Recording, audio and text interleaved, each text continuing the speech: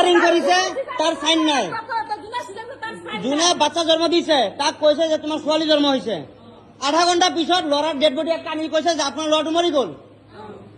ছোৱালী জন্ম হয়েছে 1 ঘন্টা পিছত লড়া কেনেকে জন্ম হয়ে গেল আকৌ মই আসলে লগত মোৰ মাইকী মানুহ তাতে আছিলে মোৰ মাইকী মানুহ তাতে আছিলে কালি গধূলি আপোনাৰ 6টামান বজাত 7টামান বজাত তাৰ এতিয়া যাৰ কেছ হৈছে তাৰ মানে আপোনাৰ মানে ইমান প্ৰব্লেম হৈছে মাইকী মানুহ কোনোৱে মানে একো ৰিস্পেক্ট নাই শুনিছে নহয় শুনিব পাৰিলে তাতকে আগত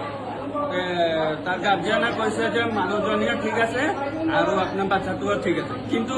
এতিয়া বৰ্তমান ৰাতিপুৱা 6টামান বজাত বুলি কৈছে 6টা বজাত ওলাই আনিছে কিন্তু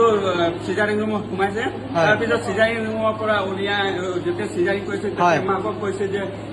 কি কয় ছোৱালী হৈছে তাৰ পিছতে আহি গাৰ্জিয়ানক কৈছে ল'ৰা হৈছে ল'ৰাটো আপোনাৰ বোলে নাই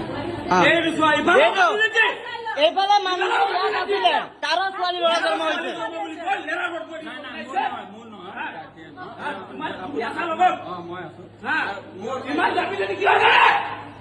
এক ছেকেণ্ড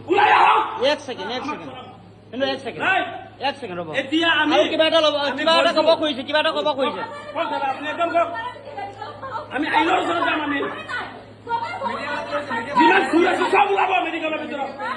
চবে চবৰ নিজৰ কেঁচুৱা সাৱধান বুজিলে নাই দাদা আপুনি আৰু কিবা এটা ক'ব নেকি আজি আপোনালোকৰ ওচৰত হৈছে কালি আমাৰ লগত হ'ব